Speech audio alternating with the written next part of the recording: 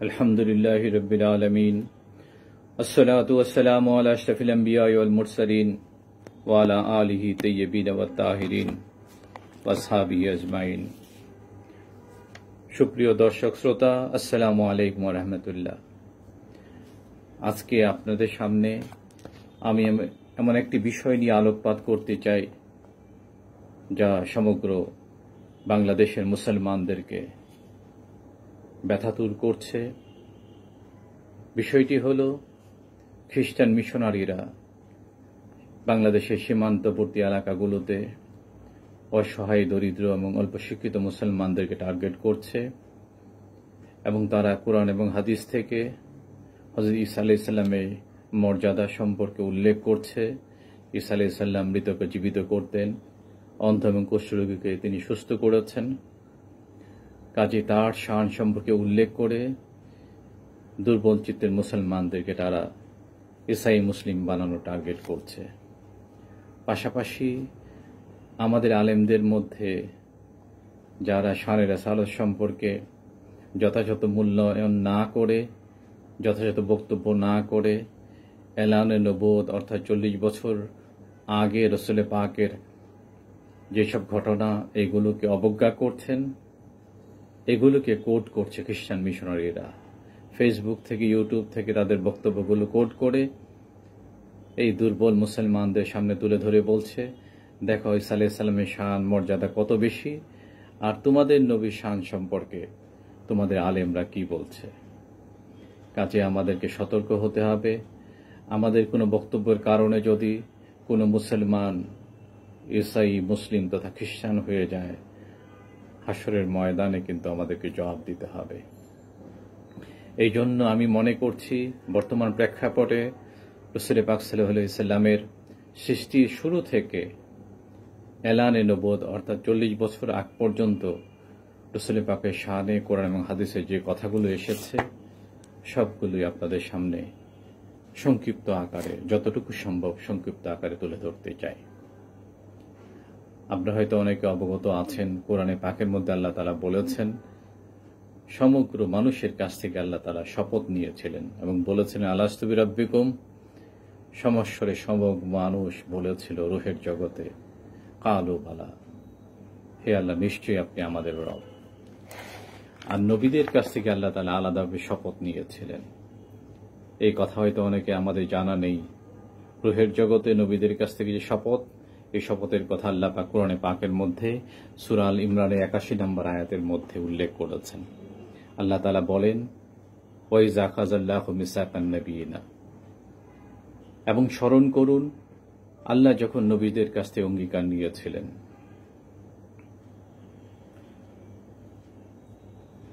লাম্মা আতাইতুকুম মিন কিতাবি ওয়া হিকমা সুম্মা জাআকুম রাসূলুন মুসাদ্দিকুল লিমা মাআকুম, তোমাদের কিতাব এবং হিকমা যা কিছু দিয়েছি, অতঃপর তোমাদের কাছে যখন একজন রাসূল আগমন করবেন তখন তোমরা লা তুমিনুন্না বিহি ওয়া লা তানসুরুন্নাহু, তার উপর ঈমান আনবে এবং তাকে সহযোগিতা করবে। কালা আকরারতুম ওয়া আখাযতুম আলা যালিকুম ইসরি, আল্লাহ তাআলা বললেন তোমরা কি স্বীকার করেছো এবং এই সম্পর্কে আমার অঙ্গীকার কি তোমরা গ্রহণ করেছ? তখন সমগ্র নবীরা রূহের জগতে বললেন কালু আকরারনা, হে আল্লাহ আমরা স্বীকার করে নিলাম। অথবা আল্লাহ তাআলা বললেন ক্বালা ফাশহাদু ওয়া আনা মাআকুম মিনাশ শাহিদিন, তোমরা সাক্ষী থাকো এবং আমিও তোমাদের সাথে সাক্ষী রইলাম। এর চেয়ে উচ্চাঙ্গের শপথ আর কি হতে পারে? রূহের জগতে রাসূল পাকের ব্যাপারে হযরত আলী ইবনে আবু তালেব কাররামাল্লাহু ওয়াজহু এবং হযরত আব্দুল্লাহ ইবনে আব্বাস রাদিয়াল্লাহু তাআলা আনহু থেকে রওয়ায়াত, তারা বলেছেন এই শপথ সমগ্র নবীদের কাছ থেকে রূহের জগতে রাসূল পাকের ব্যাপারে শপথ নেওয়া হয়েছিল এবং পরের আয়াতে বলা হয়েছে এরপর যদি কেউ শপথ ভঙ্গ করে সে ফাসিকদের অন্তর্ভুক্ত হয়ে যাবে। আমরা কুনছার নবীদেরকে আল্লাহ তাআলা সতর্ক করে দিয়েছেন এই আয়াতের মাধ্যমে যে রাসূল পাকের উপর ঈমান আনতে হবে। তাদের এই জন্য যত নবী রাসূল দুনিয়াতে এসেছেন সবাই বলেছেন যে আসছেন সেই মহান রসুল সবার পরে, নবী আখিরুজ্জামানের ব্যাপারে সমগ্র নবী রসুলরা তাদের উম্মতদেরকে সতর্ক করে দিয়েছেন। এবং শুরুতে আমরা জানি আদম আলাইহিস সালামকে আল্লাহ তাআলা আবুল বাশার বলেছেন। তিনি নবীদের সর্বপ্রথম দুনিয়াতে এসেছিলেন। এবং হাদিস শরীফের মধ্যে ইমাম হাকিম, ইমাম বাইহাকি, ইমাম তাবারানি, ইমাম আবু নাঈম ইসফাহানি সেই সনদে উল্লেখ করেছেন হযরত ওমর ইবনুল খাত্তাব রাদিয়াল্লাহু তাআলা আনহু থেকে বর্ণিত হাদিস। তারা বলেছেন যে রাসূল সাল্লাল্লাহু আলাইহি ওয়াসাল্লামকে হযরত ওমর রাদিয়াল্লাহু আনহু জিজ্ঞেস করেন, ইয়া রাসূলুল্লাহ, এটা কি দোয়া ছিল যার জন্য আল্লাহ তাআলা আদম আলাইহিস সালামকে মাফ করে দিয়েছিলেন? হাদিস শরীফ এইভাবে বর্ণিত হয়েছে, লাম্মা তারাফা আদামা খাতিয়াতা, হযরত আদম আলাইহিস সালাম থেকে যখন অপ্রত্যাশিত ভুল হয়ে গেল, তখন তিনি বললেন, ক্বালা ইয়া রাব্বি আসআলুকা বিহাক্কি মুহাম্মাদান লামা কাফারতালি, হে আমার প্রতিপালক, হযরত মুহাম্মদ সাল্লাল্লাহু আলাইহি ওয়াসাল্লামের ওসিলায় তুমি আমাকে ক্ষমা করে দাও। আল্লাহ তাআলা বললেন, হে আদম, মুহাম্মদ সাল্লাল্লাহু আলাইহি ওয়াসাল্লাম তুমি কিভাবে চিনলে? তখন তিনি বললেন, তুমি যখন তোমার কুদরতি হাতে আমাকে সৃষ্টি করেছ এবং আমার মধ্যে প্রাণ সঞ্চার করেছ, তখন আমি উঁচু করে আরশে পায়ায় লেখা দেখেছি, লা ইলাহা ইল্লাল্লাহু মুহাম্মাদুর রাসূলুল্লাহ। এটা দেখে আমার দৃঢ় বিশ্বাস হয়ে গেল যে তুমি তোমার পবিত্র নামের সাথে এমন উঁচু মর্যাদা সম্পন্ন ব্যক্তির নাম সংযুক্ত করেছ, যিনি সমগ্র সৃষ্টির মধ্যে তোমার সর্বাধিক প্রিয়। আল্লাহ তাআলা বললেন, মুহাম্মদ যদি না হতো তাহলে তোমাকে আমি সৃষ্টি করতাম না। এইভাবে রাসূল পাক সাল্লাল্লাহু আলাইহি ওয়াসাল্লাম সম্পর্কে রাসূল পাকের আবির্ভাবের আগেই রাসূল পাকের ওসিলা দিয়ে আদম আলাইহিস সালাম মুক্তি পেয়েছিলেন। ইমাম আবু হানিফা রাহমাতুল্লাহ আলাইহি তার কাসিদে নোমানের মধ্যে উল্লেখ করেছেন যে হযরত ইব্রাহিম আলাইহিস সালামকে যখন আগুনের মধ্যে ফেলে দিচ্ছিল, তখন রাসূল পাকের ওসিলা দিয়ে দোয়া করেছিলেন। আইয়ুব আলাইহিস সালাম দোয়া করেছেন রাসূল পাকের ওসিলা দিয়ে। মুসা আলাইহিস সালামের অনেক ঘটনাগুলো আছে। কাজে এই বিষয়গুলো সতর্কতার সাথে আমাদেরকে শানে রাসালাত সম্পর্কে আলোচনা করতে হবে, অবশ্যই করতে হবে, এবং প্রত্যেকটা ঈমানদারের মনের মধ্যে শানে রাসালাত সম্পর্কে উচ্চ ধারণা পোষণ করতে হবে। কেননা আল্লাহ তাআলা কোরআনে পাকের মধ্যে বলেছেন, আন-নাবিয়্যু আওলা বিল মুমিনিনা মিন আনফুসিহিম, ঈমানদার ব্যক্তির জানের চেয়েও প্রিয় হলো আমার নবী। রাসূল পাক সাল্লাল্লাহু আলাইহি ওয়াসাল্লামের কথা বলেছেন, নবী ঈমানদারের ব্যক্তি জানের চেয়ে আরো প্রিয়। হাদিস শরীফের মধ্যে ইমাম আহমদ ইবনে হাম্বল রাহমাতুল্লাহ আলাইহি মুসনাদ আহমদের মধ্যে উল্লেখ করেছেন, ইমাম বুখারী তার আত-তারিকুল কবীরের মধ্যে উল্লেখ করেছেন, ইমাম তাবারানী উল্লেখ করেছেন, সাহাবে আজমাইন প্রশ্ন করলেন, মাতা কুনতা নবী ইয়া রাসূলুল্লাহ, কখন থেকে আপনি ইয়া রাসূলুল্লাহ, আপনি নবী? তখন রাসূল পাক সাল্লাল্লাহু আলাইহি ওয়াসাল্লাম উত্তরে বললেন, কুনতা নাবিয়্যা ওয়া আদামু বাইনা রূহি ওয়াল জাসাদ, যখন আদম আলাইহিস সালাম আত্মকায়ার পর্যায়ে ছিলেন তখনই আমি আল্লাহর কাছে নবী। এই বিষয়গুলো সুস্পষ্ট থাকতে হবে। যেমন আমরা অনেকেই ঘটনা জানি, ঈসা আলাইহিস সালামের এলানে নবুয়ত হয়েছিল 30 বছরে। 30 বছর বয়সে তিনি ইসলামের দাওয়াত দিয়েছিলেন, নবুয়ত এলান হয়েছিল। কিন্তু মরিয়ম আলাইহিস সালাম যখন শিশু ঈসা আলাইহিস সালামকে নিয়ে ঘরের মধ্যে আসলেন, লোকজন তাকে ঘেরাও করলো, বলল, হে ইমরানের বংশধর, তোমার পিতামাতা তো অতি সম্ভ্রান্ত মানুষ, তুমি এমন অসতী হলে কি করে?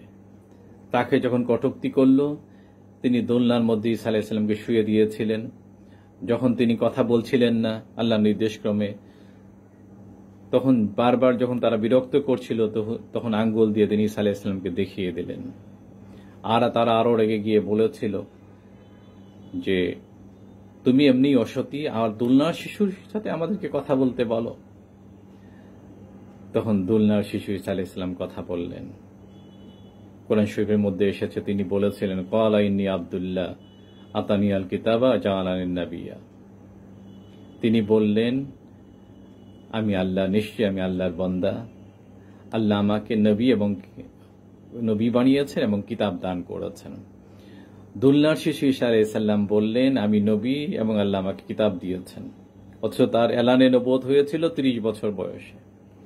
আর যিনি সৈয়দুল মুরসালিন, সমগ্র আরসালনাকা ইল্লা রাহমাতাল লিল আলামিন, হাসরের ময়দানে যাকে মাকামে মাহমুদ দান করা হবে, সমগ্র নবীরা যখন ইয়া নাফসি বলবেন, তখন রাসূল পাক সাল্লাল্লাহু আলাইহি সাল্লাম বলবেন লাস্তু লাহা। সমগ্র নবীরা বলবে, যখন সুপারিশ করতে যাওয়া হবে, মানুষ যখন পাগলের মতন অন্য নবীদের কাছে যাবে, তখন তারা বলবে লাস্তু লাহা, আমরাও সুপারিশ করতে পারবো না।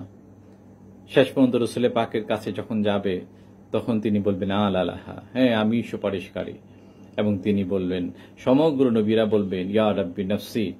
শুধুমাত্র রাসূল রাব্বুল আলামিন, যাকে শাফায়াতে কুবরা এবং মাকামে মাহমুদ দান করা হয়েছে, তিনি বলবেন ইয়া রাব্বি হাবলি উম্মতি। সেই মহান রাসূল, তাকে যদি ঈসা আলাইহিস সালাম শিশু অবস্থার মধ্যে নিজের নবুয়ত ঘোষণা করেছেন, আর আমরা বলছি সৈয়দুল মুরসালিন সম্পর্কে যে তিনি 40 বছরের নবী ছিলেন, এর আগে ঘটনাগুলো ধর্তব্যের মধ্যে নেই।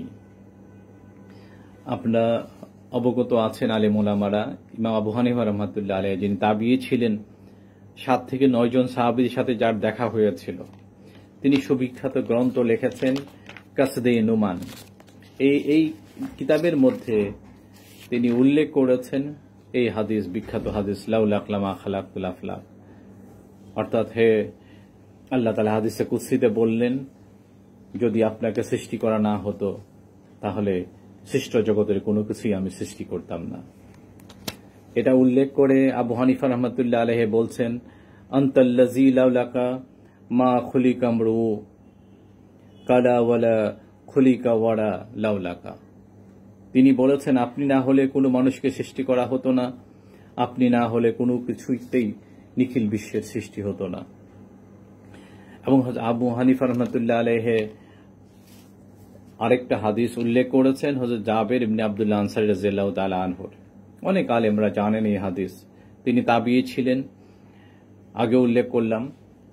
আর মুসান্নাফে আব্দুর রাজ্জাক, যে ইমাম বুখারীর ওস্তাদেরও ওস্তাদ ছিলেন, তিনি তার মুসান্নাফের আব্দুর রাজ্জাকের মধ্যে এই হাদিস উল্লেখ করেছেন যে ইমাম জাবের ইবনে আব্দুল্লাহ আনসারী রাদিয়াল্লাহু তাআলা আনহু, সাহাবী, বিশিষ্ট সাহাবী,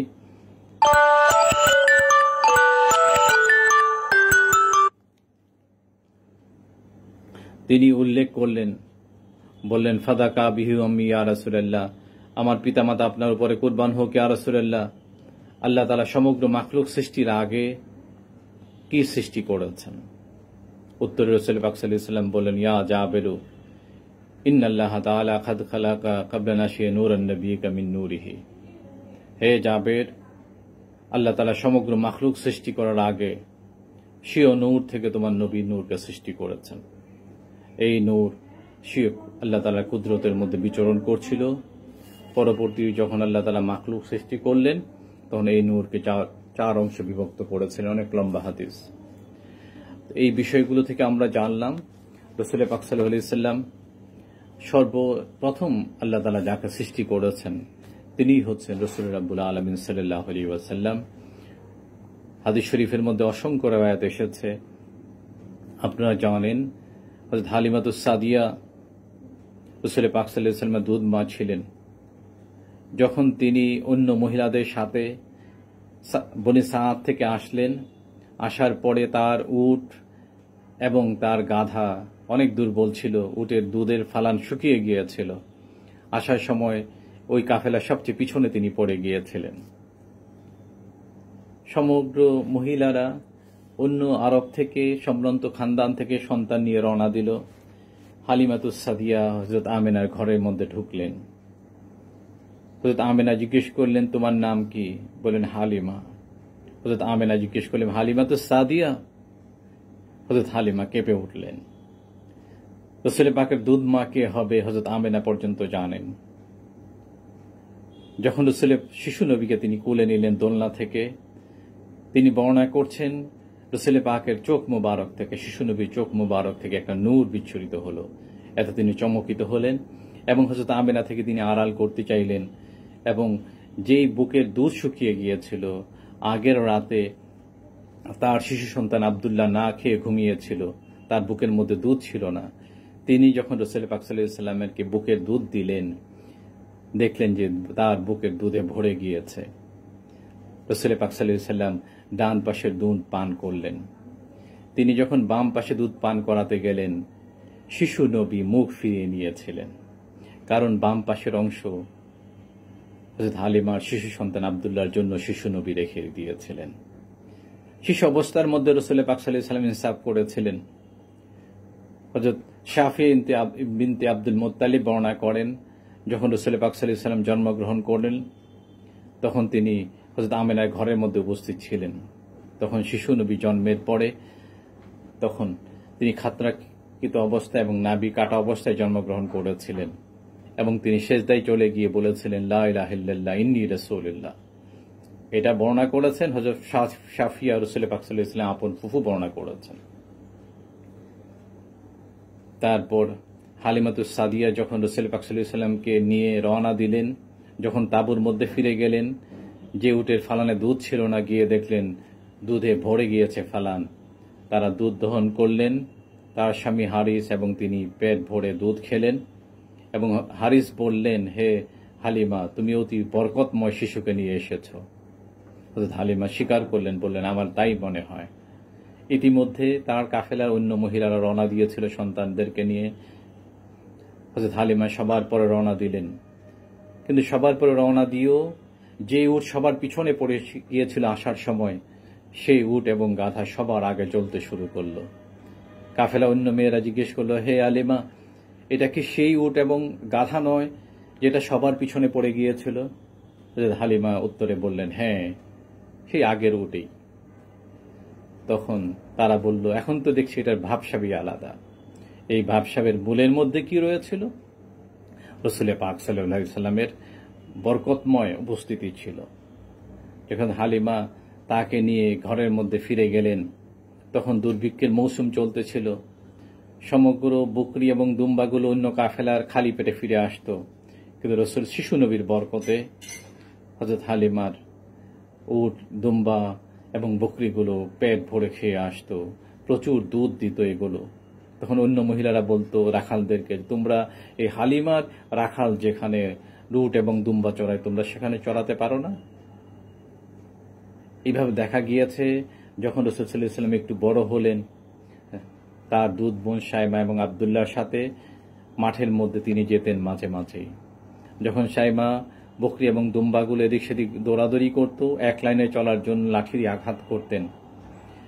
এই বকরি এবং দুম্বাগুলো শিশু নবীর কাছে, এই পায়ের মোবারকের কাছে সে আশ্রয় নিত। তারাও চিনতে পারত শিশু নবীকে। এবং একবার দেখা গেল যে হযরত হালিমা হঠাৎ করে অসুস্থ হয়ে পড়লেন। তখন রাসূল পাক শাইমা সহ অন্যদের মাঠের মধ্যে ছিলেন। দেখা গেল কিছু মহিলা যারা মূর্তি দিয়ে চিকিৎসা করে, দাবি করে তারা আধ্যাত্মিক চিকিৎসক। মূর্তিগুলো কি করলো, ছোট ছোট মূর্তি হযরত হালিমার মাথার মধ্যে, শরীরের মধ্যে বসিয়ে তারা মন্ত্র পড়ছিল, কিন্তু তিনি সুস্থ হচ্ছিলেন না, আরো খারাপের দিকে যাচ্ছিল। রাসূল সাল্লাল্লাহু আলাইহি ওয়াসাল্লাম শিশু নবী যখন খবর পেলেন, দৌড়ে ঘরে আসলেন। এসে দেখলেন হযরত হালিমার বুকের মধ্যে, মাথার মধ্যে ছোট ছোট মূর্তি রেখেছে। তিনি একে একে সবগুলো মূর্তি নিচে ফেলে দিলেন। দিয়ে হযরত হালিমার মাথার মধ্যে পবিত্র হাত রাখলেন। হাত রাখার সাথে সাথেই দেখা গেল হযরত হালিমাতুস সাদিয়া সুস্থ হয়ে তাকালেন এবং হাসলেন।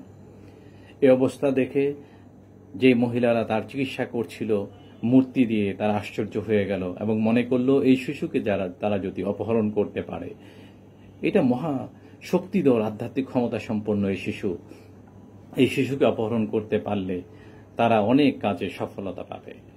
অনেক চেষ্টা করলো, কিন্তু হযরত হালিমা সতর্ক ছিলেন, যার ফলে নবীজিকে অপহরণ করতে তারা ব্যর্থ হয়েছিল। এবং আপনারা আরো অবগত আছেন যে হযরত হালিমাতুস সাদিয়া 6 বছর বয়সে যখন রাসূল পাককে হযরত আমেনার কাছে ফিরিয়ে দিয়েছিলেন, হযরত আমেনা তার সন্তানকে সহ মদিনায় গিয়েছিলেন, যার পূর্ব নাম ছিল ইয়াসরিব। এখানে গিয়ে হযরত আব্দুল্লাহ মাজার শরীফ জিয়ারত করলেন এবং আসার পথে তিনি আবওয়া নামক জায়গার মধ্যে অসুস্থ হয়ে পড়লেন। সাথে ছিল বারাকা, পরবর্তীতে যার নাম রাসূল পাক রেখেছিলেন উম্মে আয়মান, যাকে রাসূল পাক খুব শ্রদ্ধা করতেন। উম্মে আয়মান সাথে ছিলেন। হযরত আমেনা খুবই অসুস্থ হয়ে পড়লেন। হযরত আব্দুল্লাহর বিয়োগ ব্যথায় তার মনের মধ্যে খুবই কষ্ট হচ্ছিল। তার যখন শেষ অবস্থা ছিল, রাসূল পাক সাল্লাল্লাহু আলাইহি ওয়াসাল্লাম হাত ধরে বসেছিলেন। ইতিমধ্যে উম্মে আয়মান শুনলেন এখানে একজন মহিলা আছে যিনি আধ্যাত্মিক চিকিৎসা করেন। কয়েকবার তালাশ করলেন, কিন্তু তার সন্ধান পেলেন না। শেষ পর্যন্ত হযরত আমেনার বিদায়ের মুহূর্তে ওই মহিলা এসে উপস্থিত হলেন। হযরত আমেনার হাত ধরে দেখলেন যে একদম শেষ মুহূর্ত। বললেন, তার স্বামীকে খবর দাও। হযরত উম্মে আয়মান বললেন, তার স্বামী বেঁচে নেই। বললেন, তার নাম কি? বললেন, তার নাম আব্দুল্লাহ ইবনে আব্দুল মুত্তালিব। যখন হযরত উম্মে আয়মান শুধু বললেন আব্দুল্লাহ ইবনে আব্দুল মুত্তালিব, তখন ওই অতীন্দ্রিয় মহিলা, যার আধ্যাত্মিক জ্ঞান ছিল, শিশু নবীকে কিন্তু জড়িয়ে ধরলেন। বুঝতে পারলেন তিনি সেই কাঙ্ক্ষিত নবী আখিরুজ্জামান মুহাম্মদুর রাসূলুল্লাহ সাল্লাল্লাহু আলাইহি ওয়াসাল্লাম। রাসূল পাকের জন্য যুগে যুগেই লোকের অপেক্ষমান ছিল। হযরত হাসান বিন সাবিত রাদিয়াল্লাহু তাআলা আনহু, যাকে শায়রে রাসূল বলা হয়, তিনি বর্ণনা করছেন, যখন তার 7-8 বছর বয়স, ইয়াসরিবের মধ্যে এক ইহুদি পণ্ডিত ব্যক্তি সমগ্র ইহুদিদেরকে জড়ো করে বলল, আজকে রাতে আহমেদের আবির্ভাবের তারকা উদিত হয়েছে। পরবর্তী পর্যায়ে রাসূল সাল্লাল্লাহু আলাইহি ওয়াসাল্লাম যখনই জন্মগ্রহণ করেন, এক ইহুদি মক্কা শরীফের মধ্যে এসেছিল এবং বলল কুরাইশদেরকে ডেকে যে, তোমাদের কি কোনো সন্তান জন্মগ্রহণ করেছে, ছেলে সন্তান? বলল, খবর নিয়ে বলতে হবে। খবর দিল যে হযরত আব্দুল্লাহর এক সন্তান হয়েছে। ইহুদি তাকে দেখতে চাইল। যখন হযরত আমেনার ঘরের মধ্যে গেল, রাসূল পাককে যখন সামনে আনা হলো, সে যখন রাসূল পাকের চিহ্নসমূহ দেখল এবং পিঠের মধ্যে মুহরে নবুয়ত দেখল, সে অজ্ঞান হয়ে পড়ে গেল। এবং পরবর্তী সে বলেছিল, বনে ইসরায়েল থেকে নবুয়ত চলে গিয়েছে এবং বনে ইসমাইলের মধ্যে নবুয়ত স্থানান্তরিত হয়েছে। কাজেই যুগে যুগে রাসূল পাক সাল্লাল্লাহু আলাইহি ওয়াসাল্লাম সম্পর্কে মানুষের এই জ্ঞান ছিল। এবং আপনারা জানেন যে রাসূল পাক সাল্লাল্লাহু আলাইহি ওয়াসাল্লাম যখন 12-13 বছর বয়স, তখন তার চাচার সাথে ব্যবসায়িক কাফেলায় যখন সিরিয়া যাচ্ছিলেন, বুহাইরা পাদ্রীর সাথে দেখা হয়েছিল। বুহাইরা পাদ্রী তার টেম্পলের মধ্যে, তার চার্চের মধ্যে সবসময় অবস্থান করত, কখনো বাহিরে আসতো না। কিন্তু এবার যখন রাসূল পাক সহ যাচ্ছে, তিনি দেখতে পেলেন যে মেঘমালা এই কাফেলাকে ছায়া দিচ্ছে। যিনি যে গাছের নিচে বসেছিলেন, এই গাছের নিচে তিনি জানলেন যে নবী ছাড়া এই গাছের নিচে কেউ বসে না। তিনি তাদেরকে দাওয়াত করেছিলেন এবং হযরত আবু তালেবকে তিনি বলেছিলেন, আপনি ব্যবসা সংক্ষিপ্ত করে ফিরে যান, কারণ ইহুদিরা তার ক্ষতি করতে পারে। এবং শিশু নবীর মুহর নবুয়ত তিনি দেখেছিলেন এবং তার হাতের মধ্যে তিনি চুমু দিয়েছিলেন। কাজে এমন অসংখ্য রিওয়ায়াত আছে যে রাসূল পাক সাল্লাল্লাহু আলাইহি ওয়াসাল্লামের আবির্ভাব সম্পর্কে যারা যুগে যুগে মানুষ অপেক্ষা করছিল। হযরত খাদিজাতুল কুবরা রাদিয়াল্লাহু তাআলা আনহাকে ওরাকা বিন নওফেল বলেছিলেন যে, বোন, তোমার কুঞ্জির মধ্যে আমি একজন মহাপুরুষকে দেখতে পাই। এই জন্য হযরত খাদিজা রাদিয়াল্লাহু তাআলা আনহা সেই মহাপুরুষের অপেক্ষায় ছিলেন।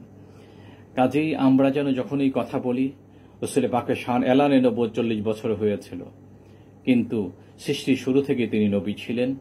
এই কথাগুলো যদি আমরা উপস্থাপন করার সময় উল্টোভাবে উপস্থাপন করি, শানের রিসালাত সম্পর্কিত হাদিসগুলো যদি আমরা যঈফ হাদিস বলে প্রমাণ করার চেষ্টা করি, এটা আমাদের ইমানে খাতরা হবে এবং আমাদের কথাগুলোকে কোট করে খ্রিস্টান মিশনারিরা দুর্বল চিত্তের মুসলমানদেরকে বিভ্রান্ত করে তাদেরকে ঈসাই মুসলিম তো খ্রিস্টান বানিয়ে ফেলবে।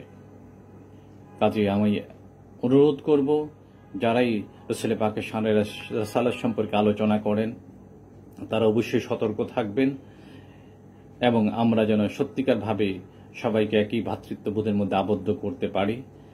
এবং শানের রিসালাত হচ্ছে আমাদের ঈমান, যেহেতু আল্লাহ তাআলা আমাদেরকে বলেছেন, আন-নবী আওলা বিল মুমিনিনা মিন আনফুসিহিম, ঈমানদার ব্যক্তিদের কাছে নবী তাদের জানের চেয়ে আরো প্রিয়। আল্লাহ তাআলা আমাদেরকে সত্যিকারভাবে আল্লাহর মহব্বত এবং আল্লাহর রাসূলের মহব্বত আমার হৃদয়ে ধারণ করে ঈমানদার ব্যক্তি হিসেবে দুনিয়া এবং আখিরাতে পুরস্কৃত করার আল্লাহ পাক আমাদেরকে তৌফিক দান করুন। ওয়া আখিরু দাওয়ানা আলহামদুলিল্লাহি রাব্বিল আলামিন। আসসালামু আলাইকুম ওয়া রাহমাতুল্লাহি ওয়া বারাকাতুহু।